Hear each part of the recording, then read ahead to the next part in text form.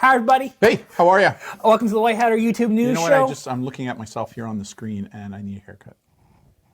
It's a little long, a little gray, a little long. The gray's from you, by the way. I just thought I'd share you're that. welcome. So, yeah. Welcome to the White Hatter news show. I'm Brandon, I'm Darren. the guy with the gray hair over here. The guy with the gray hair. You brought it up. Or hold on, what hair I have. Okay, Right? yes. Rugs on the side, nothing on the top. Just saying. Okay. Let's talk about some updates from us here at the team. First update is, hey, new blog out on our website. You wrote this one, Darren, about COVID-19 and the rise of OnlyFans. Yeah, you know what? COVID has kind of given me the opportunity to do lots of writing. You know I love writing, right? So I like writing. And this one was brought about as a teen who saw me in high school a number of years ago, is now out of high school at university, and there she was running into some problems, and so she connected with me, and during our discussions to help her, she let me know she had an OnlyFans page, and so we drilled down, and she was very open and honest, gave us permission to talk about it as long as we kept her name private for obvious reasons. But this is something that parents should be aware of with respect to how, and what's really amazing, Brandon, you've seen this as well, is how during COVID we've seen an increase in a number of teens who are now using OnlyFans to make survival money. Makes sense. Making survival money and stuff. And I think we mentioned last show we were interviewed for a small documentary that's taking place on everything to do with online exploitation, where we talked about this as well. And the person who interviewed us, who actually works within the community on these issues, also said, yeah, we're seeing a significant increase in this as well. Right. So it's some insight from one user, again, anecdotal from her, right? It's been her experience. That's what that was written about. But after doing some research, it seems to be pretty on target for all the other stuff that's going on there. But she made quite a bit of money in 3 months.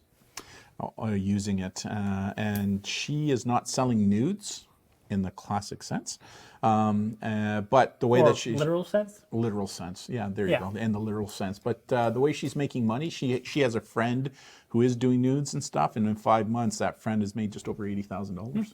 Right, so, and they're both in university, so they need the money to survive, to go to university, and that's what they're doing. So, great article. Have a read of it. Yeah. Little update from us in regards to our Internet Safety Week for Parents in the week of October. That is actually happening this week. Today? Which is Sunday. Sunday, yeah, is the first one. Because you're doing a presentation tonight for parents, right? Yeah. Yeah. Yeah. What's that one on? It's a general overview of how to keep families safe online and understanding some challenges that are faced. And so those are all still available to register today. This upcoming week is going to be busy between this week-long thing and a couple of other school things. I think total, the two of us, we got 10 presentations we're doing this week. Woohoo! 10! 10! Yeah. The Count Dracula. Yes. Muppet Show. I like the Muppet Show. Remember the Muppet Yes. Show? Well, who was your favorite character on the Muppet Show? I don't. Mr. Snuffleupagus? No. Big Bird. I know. Oscar the Grouch. Cookie Monster. I like the Swedish Chef. Grover. Oh, Swedish Chef. Yes. You like the Swedish Chef? I think so. Because that's how I cook. I thought you were going to say. Yeah, that's true. My cooking is just everything goes everywhere. Yeah, that's true. So, I thought you were going to say Oscar the Grouch. No. Okay. Let's talk about some news stories. In the news. First news topic. I love doing that. I know you do. I love that. First news topic. It's about Apple? Oh, yeah, it's about Apple. So that makes me sad. I love Apple. Security researchers using Apple's bug bounty program, where they pay people to find issues and disclose them to Apple first. 55 Apple vulnerabilities targeting iCloud accounts and other data theft methods were detected, patched. So there's no current risk. But the reason why I put this up is people say, oh, Apple's is super secure. Well, it's more secure. It's more secure. Not secure, but being a tech product is just as vulnerable as everything else. It's secure-er. Sure. I don't know if that's It's made of code, and code can have flaws in it. Was this so this guy brought it to the attention of Apple, and Apple fixed it? Yeah, it was a bunch of security researchers. Was this a bounty thing? Yeah, so basically many companies, I mean, the reason why... What is a bounty thing? Think of it like old Western bounties, right, where it's kind of in the tech world where I have a program, I have a big lump of money because it's Apple, they have that. Right. I can go, hey, if you find an issue in our product, tell us first before you sell it online to a black hat hacker, and we'll pay you a hefty sum. And Apple's pretty good at that, right? Like, Yeah, they're pretty good. They're pretty good at that. Most right? large companies that have a stake over protecting people's privacy and security over their product, it's pretty much, it's usually cheaper because what you do, you have it's crowdsourcing, and basically you only pay the people who actually find the issue. So you could have like hundreds of people all competing to try and find issues. Right. So you basically have a workforce of thousands of people, but only one person gets paid. So you're not paying 1,000 people to actively try and find an issue. You only pay out people who win. It's brilliant. It's crowdsourcing, right? It is crowdsourcing, and some people can make a lot of money, but some people can make no money. Before we move on to the next slide about Apple, did you see their new iPhone 12?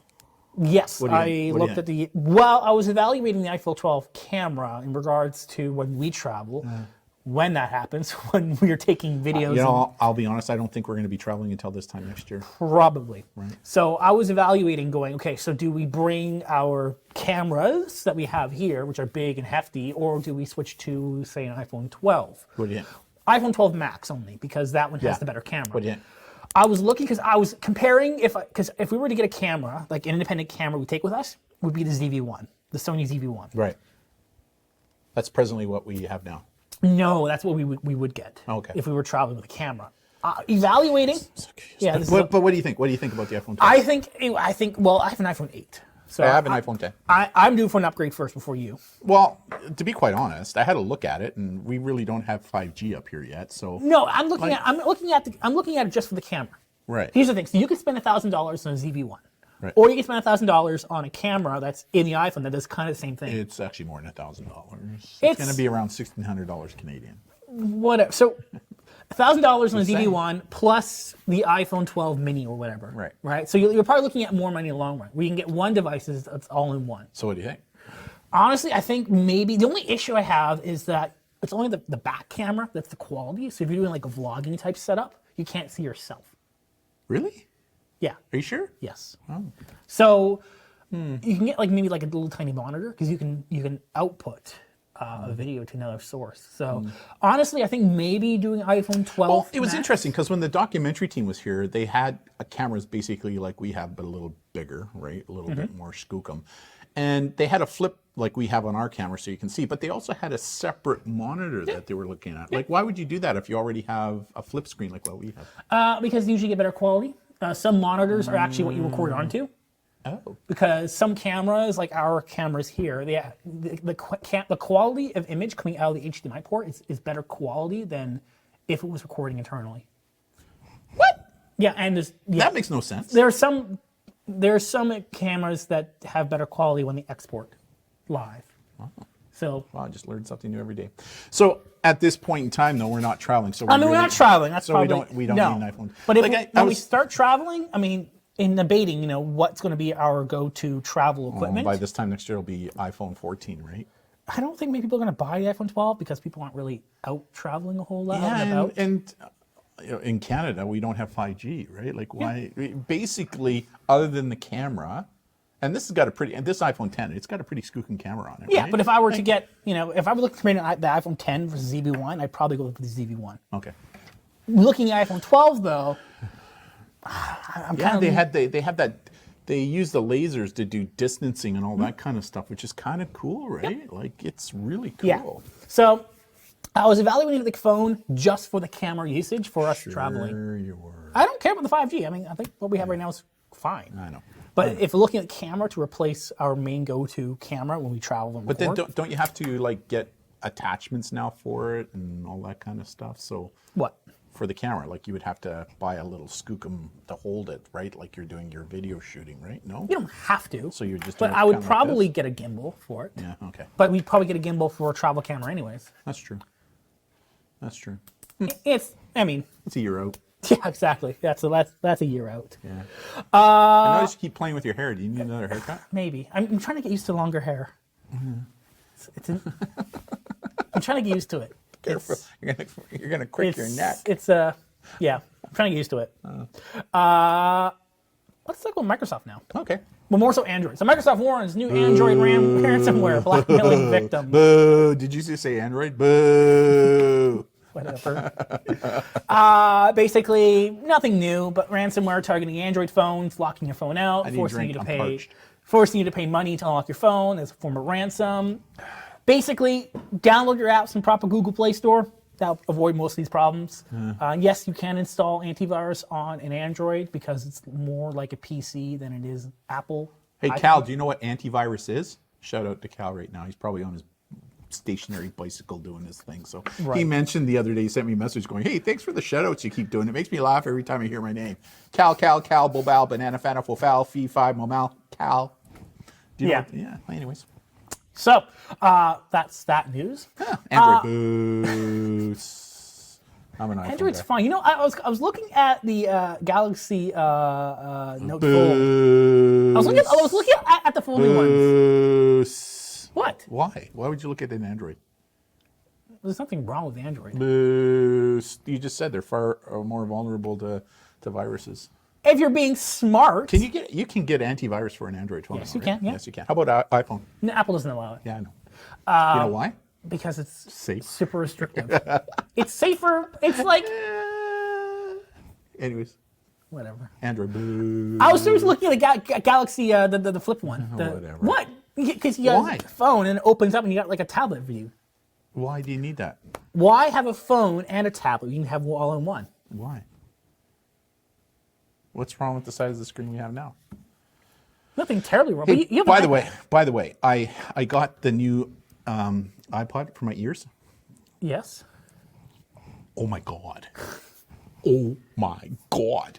When you turn it into, they have a setting there for when you're watching movies and you put it in your ears for like surround sound. Oh my God. Android doesn't do that. Android also has Google Xbox Game Pass. Android, Apple does not, because Apple does not want that on their platform, But Apple has its own gaming app platform now. which sucks. Maybe for you, not for us boomers. You know, you could play first AAA high quality new games on Android by using Xbox servers and streaming it remotely. know Apple it. does not allow that. I know you are, but what am I? Apple's not allow that. I know you are, but Because what I'm am I? currently debating between do I want Xbox or PlayStation 5. Oh, And right now, Xbox is, I think, winning this console war. Really? Xbox going to win. What did you have before? I've had a PlayStation 3 and a PlayStation 4. But Xbox has purchased like the game studios that I love, and what is the benefit of Xbox putting those games on PlayStation? I don't know. Right. I don't know. And Game Pass. The only game I play, World of Tanks. Yes.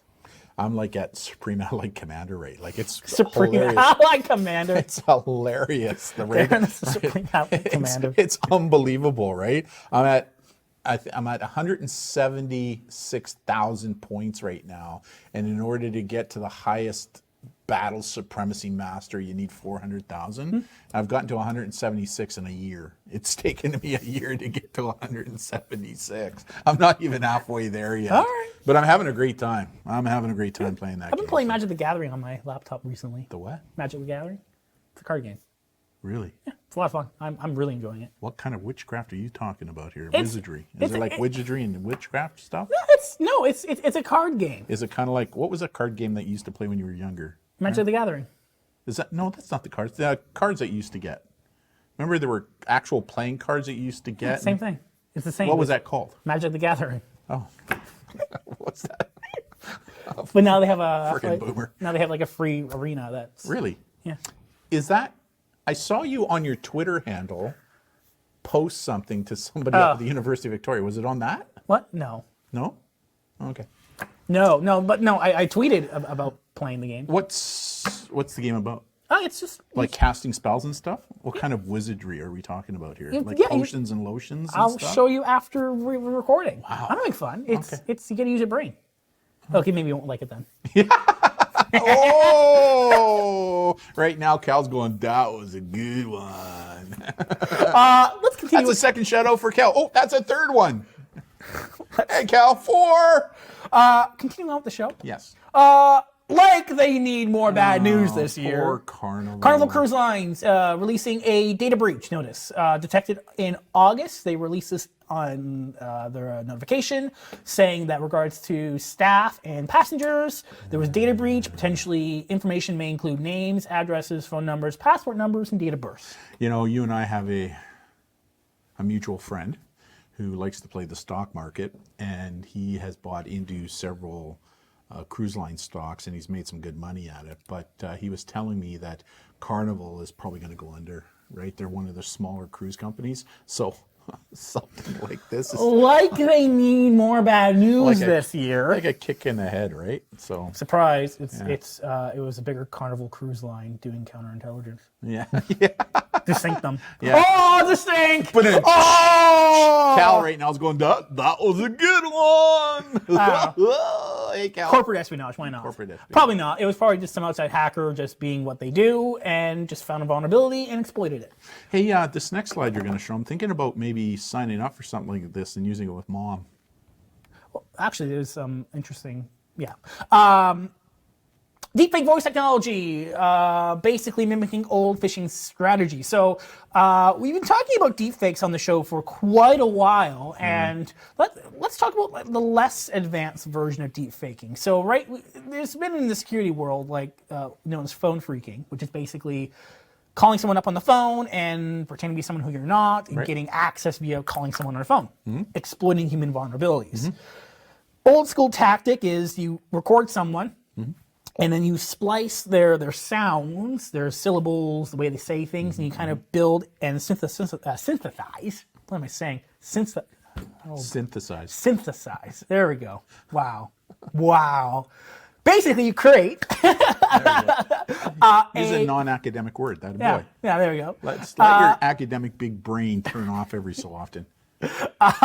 Basically, creating a voice recording that you've edited together to make it sound like someone else. Right. And you call up a company and you play the recording and it makes it sound like it's the boss or something. Right. Using AI deepfaking technology, basically recording someone's speech or something, and then you can type out on a keyboard what you want them to say, and it will replay that sound, whatever you type, as their voice. See, Mom likes Antonio Banderas from Boots and Boots. And so maybe I can use that to my advantage. Can I play it subliminally while she's sleeping? I don't know where you get access to the technology, but it's definitely something that is interesting. Yeah. And I guess, further, once this gets more mainstream, more open source, we're going to see people probably using this for reasons that they probably shouldn't. It's so interesting that digital literacy now, more than ever, is all about checking what it is you're reading and hearing and seeing online and ensuring that it was true. Right. I mean, don't get me wrong, I don't want to get into politics about what's going on in the United States, but there's a certain world leader who runs that country, I will not repeat his name, who actually said last year, don't believe anything you hear or read. Well, to a degree, I hate to say this, he might be right, specifically on topics like this, right? Because of the deepfake issue. I mean, that's one thing he probably got right out of millions. I'm not using his name, but I think people know what I'm talking about there. I'll give you a clue. My favorite drink is Orange Julius. Anyways, back on topic. Continuing on. Next news story, online proctor service, ProctorTrack disabled services after hack. Okay, so we've been talking about these services for the last couple months. Yes, we have. Basically, universities, schools, hiring companies. Right. And what are they doing? What are these programs all about? They're all about online exams. And basically, you're a student, take an exam, use your camera, connect to the exam, and basically the service uses AI or other tracking technology to determine and evaluate if you're cheating or not online doing an exam. Right. What's interesting, somebody hacked it. There have been student groups pushing against this in regards to privacy concerns. University of Ottawa, University of Western here in Canada. In fact, I think they mentioned University of Western in this there in the Western. bottom. Right? So this particular service that does this, they halted their services after their system was breached. Now, it doesn't mean that their exam services were breached. Basically, what happened, an outside hacker got in, pretty much into their email and social media accounts, and probably because they use the same password, and most likely, and they were sending terrible, evil, racist things to customers. Yes, so definitely PR nightmare. Doesn't mean their system itself was necessarily hacked, but they shut down their services as a form of precaution.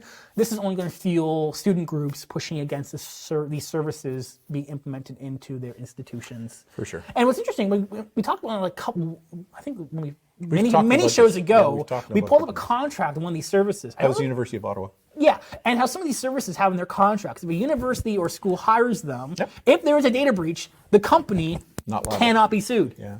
Which is like, Yeah. Yeah. Interesting, right? yeah. So Interesting. we'll see how that kind of pans out. Yeah. Yeah, like we talked about in a couple of shows ago, and when it first came out with the University of Ottawa, where they were putting a petition together for this, right? I don't necessarily agree with this. I get the fact, how do you prevent somebody if you're not monitoring them from cheating, doing an exam at home? Yeah, right? but what if someone has a disability? I know. Mental health concerns. How I do you evaluate that, and how do you, unfairly criticize someone going, "Hey, you're probably cheating"? Yeah, Well, no, I have ADHD and I'm looking around all the time. Yeah, I know. The other thing too is what is to stop somebody? It's almost impossible now. Like we were involved in an investigation looking into somebody who said that they had a master's degree and a PhD in something, and universities won't confirm that for you if they do or don't. Because of privacy issues. So a lot of people can say they have a master's, they have a PhD, and there's no way to confirm it anymore. I mean, these are some of the things that are going on. Like people, and there's some argument to this now, right? Like, why do we even need testing, or why do we even study when we have Google full time, right? Like, now the question is, well, what happens if Google goes down, right? And There's Bing. Yeah, I mean, there's Bing. Yeah, there is the internet, right? But what happens, right? Like big EMP, something happens, the system shuts down, and you don't know how to do something that is needed for life, and you've turned to technology for you to depend upon it. I get that's the world that we live in right now, but Yeah, but we don't live you in think we should have a plan B strategy? But we still have books on all this stuff. That's true, but if you're somebody who's involved in engineering, as a good example, and you're using technology to work out all the equations for you, what happens if all of a sudden, if all of a sudden you don't have the technology to turn to anymore? Then maybe companies shouldn't demand so much of their employees to. We should go back to the old system where one person does one job and do one job perfectly. Yeah. But that requires more time, more labor, more staff. Right, but companies now demand so much of employees; they have to be masters of everything, and they use technology to supplement that. Yeah, they do. They So do. there's- And I get it. I'm one of those boomers that actually gets that technology is a part of who we are. Like I'm not one of those boomers who goes back in the old days. That's me right now. Back in the old days, Yeah. one person had one job, did one job perfectly. Right? Like we older individuals have got to stop looking backwards and looking forward, right? And technology, this is especially true when it comes to technology. So what's the last slide we have? Last thing, updates from Zoom. Zoom is rolling Right, out- Zoom ZOOM box 350 Boston, Mass 02134. Send it to Zoom. Zoom. Zoom. Is rolling out end-to-end encryption. So basically, they've been talking about this for a couple months now. They had a couple delays, but now they're full going through with implementing the service, which is great, which means basically people can't really see what you're doing in the meetings. But a lot of people are going to think that what all the schools are now doing with Zoom is what's going to happen, but that's not the case. Like you've explained to me that Zoom has a variety of different platforms. Is that the good way to say it? Or in order to use Zoom end-to-end encryption, you have to use it in a restrictive way, which means you can only connect to Zoom meetings using the app provided by Zoom. Right. There is no external phone calling in, and there are a couple other restrictions that have to be in place for end-to-end encryption to work. So if schools were to say utilize this, I don't see that working because it could create more technical headaches to connect all the students from around the district. and like Zoom has a variety of different products, right? Like they have a webinar-based product, they have a meetings type product. Am I correct? Right, it's the same code, but they just package it differently to make their money. So is the two-factor authentication, is that specific to the webinar stuff? It's or for the meetings. It's for the Zoom meetings, and that's primarily what the schools are using. Yes. Yeah, Zooming is for collaboration, so you see everyone, they see you, we're all in the camera room together kind of thing. Webinar software is your camera to an audience. You can't see the audience. Gotcha. Yeah. So good features, they're rolling it out. So if you're doing more, if you're a business doing more sensitive work online using Zoom, end-to-end encryption is a fantastic opportunity to utilize to secure your meetings. Cool. But it is more restrictive, so you may have a little more headaches of actually connecting. Cool. But that's the thing with security. More Yeah, steps. for sure. More For sure. steps needed. For sure. The message I got out of today's session is the whole issue again. What is really concerning me is the deepfakes, right? Yes. I mean, that to me, I think is something that is starting to weigh more and more on, or I'm thinking, especially with us as a company, to start talking more about fact checking, right? And understanding fact checking about what you're reading online and ensuring what you're hearing, reading, and seeing is true. And how do you go about doing that? So, yeah, for sure. That's kind of what I got out of today's week in review, and that Carnival is probably going to go under. Poor Carnival. Like, that's the last thing they need during the pandemic, right? Because, Yes. yeah, no, that's not good. That's not good. What did you get out of this week's session? You want to get an iPhone 12 Max? No, no, I don't. You do. I got an iPhone 8. I'm due for an upgrade. Yeah, see, I'm when I looked at the iPhone 12, I went, really, other than the camera, it's a little bit faster than this. You have a newer chip in there. Yeah, Apple has not switched over to USB-C yet, which Yeah, I mean, for whatever reason, Apple's being Apple, and they haven't done that. Yeah, no, things are working quite well with this right now. So I don't see myself upgrading. For you, yeah, you got an iPhone 8. Maybe it's time to upgrade and that kind of stuff. But maybe we can wipe it and trade it in, because I think they offer a trade-in now on the old iPhone to the new. But really, True. You don't really need one right now until we start to travel again. No. So, yeah. Anyways, so there you go. Good show. right. I'm Darren. I'm Brandon. Bye, everybody. Have a great week. Bye now. Bye.